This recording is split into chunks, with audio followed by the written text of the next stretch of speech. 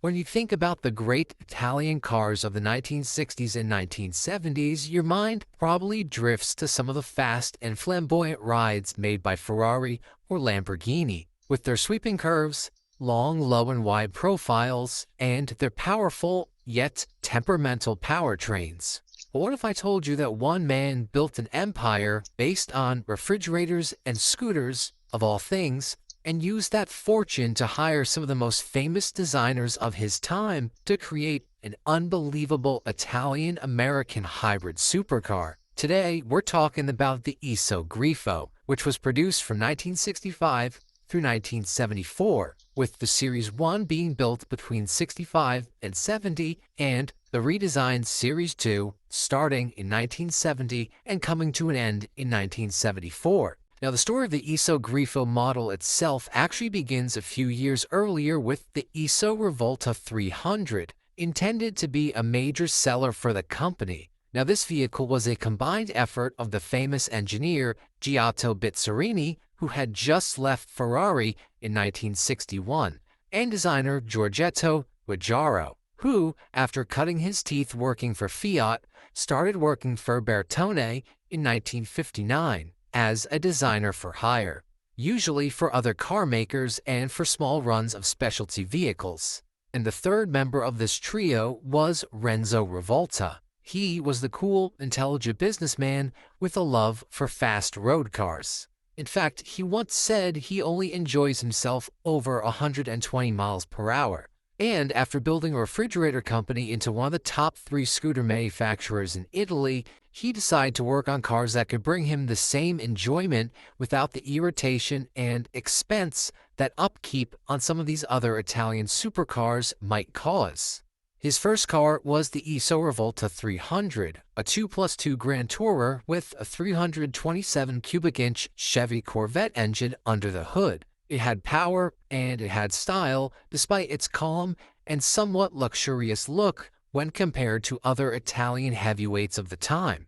It could do 0 to 60 in about 8 seconds and could do about 135 to 142 miles per hour depending on the model, which was pretty good for a 60s Grand Tourer. Now, there was just one problem. The Iso Rivolta 300 just wasn't really selling as well as Renzo wanted, mostly because of its design, which, while unique, was a bit controversial for some. Thus, a successor was needed, and so the Iso Grifo, which is Italian for Griffin, was born.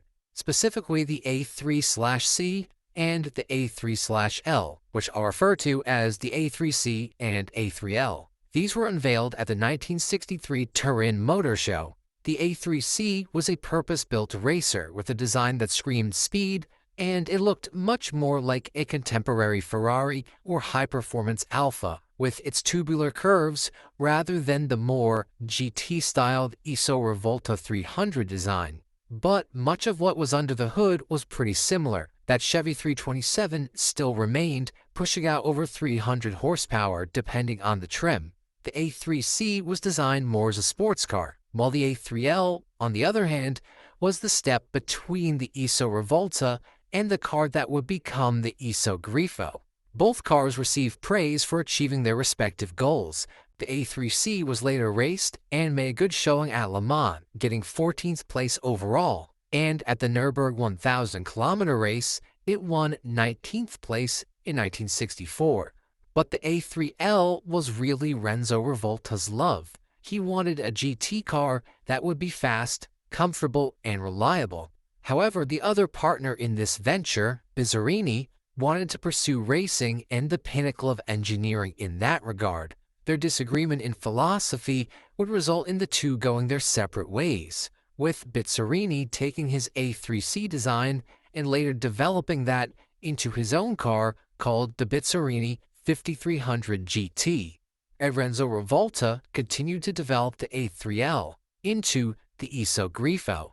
Now, tragically, Renzo died in 1966 due to a sudden heart attack, but he had brought up his son to love cars and engineering, and now Piero Rivolta Barberi took over the company and continued his father's legacy. The Iso Grifo was never intended to be a huge volume model. Over the 9 years that the car was produced, a little over 400 of them were made, which actually isn't a bad number for such a fledgling company. Now, the Iso Grifo looked a bit more like a Mustang GT than anything else being made in Italy. Though Giugiaro's design had smoother, longer curves than the American muscle car did, it still had a blend of this Italian swoopy feel, yet with a super aggressive, wide-grilled front end. On the interior, the dashboard was dominated by long horizontal spans that made the car feel wider than it really was inside. The interiors were simple, but comfortable and functional. They were intended to be perfect for long scenic drives, and they had typical leatherwork that you would find in any Italian car of the time. As the years went on, the Grifo began to be produced with targa tops, and there was even one built as a convertible and a handful converted to convertibles after the production had ended. In 1968, they started producing an even rarer and more powerful variant of the Iso Grifo, with a huge 427 cubic inch Chevy big block under the hood, which further distanced it from its grand touring origins. I guess Piero wanted some more speed than his father did, and with a rapid horsepower war happening, the 427 seemed like an ample jump. But to make it work, not only did they have to strengthen the car to handle the extra torque, they had to raise a big old chunk of the standard hood a few inches to fit the big block in.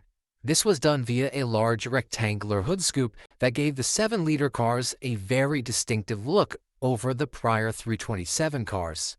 The 7-liter cars were, rather unsurprisingly, called the Iso Grifo 7 Litri, and they produced 435 horsepower compared to the 5.4 liters, 300 to 350 horsepower, which meant that now top speeds were way higher, over 150 miles an hour, and the 0 to 60 time was cut to just over 6 seconds. They were typically shipped with a 4-speed manual transmission, but a select few did get a 5-speed, and there were even a few examples that were converted to an automatic. As the years went on, though, the Maserati Ghibli began to become a serious competitor to the Iso Grifo, and so in 1970, the Grifo was updated to the Series 2 car, with several updates, but one that was the most unique and most distinctly Italian was the front end and hood being extended forward and downwards in a more smooth curve that led to almost a straight edge in the front, like you might have seen on a period Lambo. However, instead of fully coming to a point, the curve stops abruptly and covers about half of the headlights, with newly fashionable pop-ups cut into that front edge for nighttime driving. It was a strange redesign, but to be honest with you, I liked the way it looked. And in 1972, Iso had to switch from the Corvette engines to Ford motors.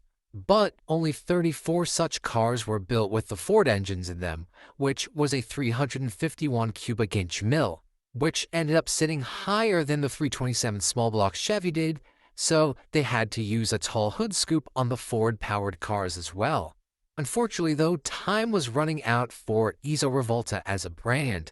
Italian supercar makers were really positioning themselves and their unique engines as a specific selling point, the V12 that you couldn't get anywhere else. And while, yes, they were temperamental, they were part of that unique experience, an experience that Iso couldn't necessarily provide with an American V8. Plus, being a brand that just didn't have as much brand recognition, it made it hard for Iso to climb that mountain. But the straw that broke the camel's back was the oil crisis, and by '74, that really killed off Iso Rivolta and its production of their cars. Now, the Iso Grifo specifically is the kind of car that's mostly relegated to collectors and mega fans because there weren't that many of them, and they're not that popular in pop culture, so you really have to be abreast of things to know about them. You could find a few here and there for sale in the US and UK if you could put together a few $100,000. And unlike the tricky engines of a lot of these Italian powerhouses, some 50 years later, this is a car you could actually do most of the work on yourself and still get parts for regarding the powertrain, which I think makes it super cool. And I can't help but think that the design of it is awesome. Let me know, though, which of the versions you like better, the Series 1 cars or the Series 2 cars. Thank you all for watching another episode of our Rare Cars documentary series. If you enjoyed